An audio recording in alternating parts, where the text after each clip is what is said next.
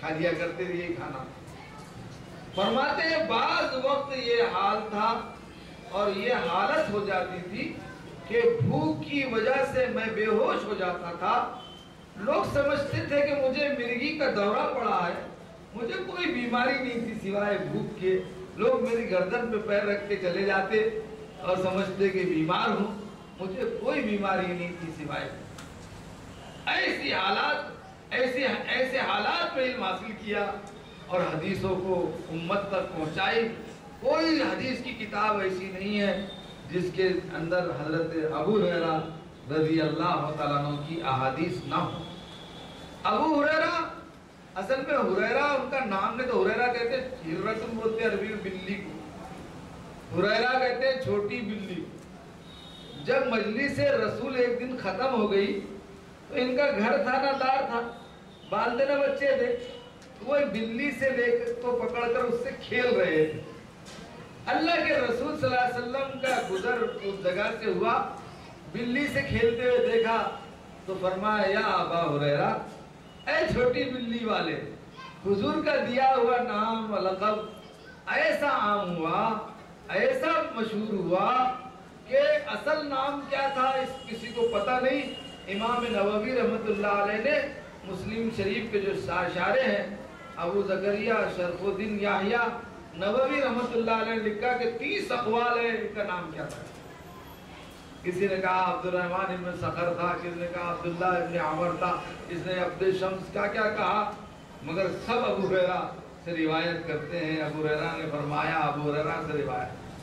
وہ ایک دن کا واقعہ سناتے ہیں. ایک دن بہت بھوک لگی مجھے، ایسی بھوک لگی کہ ناقابل برداشت تھی.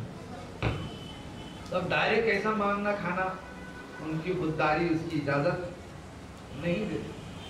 انہوں نے ایک آیت چنی قرآن کی جس میں کھانے کھلانے کا حکم تھا.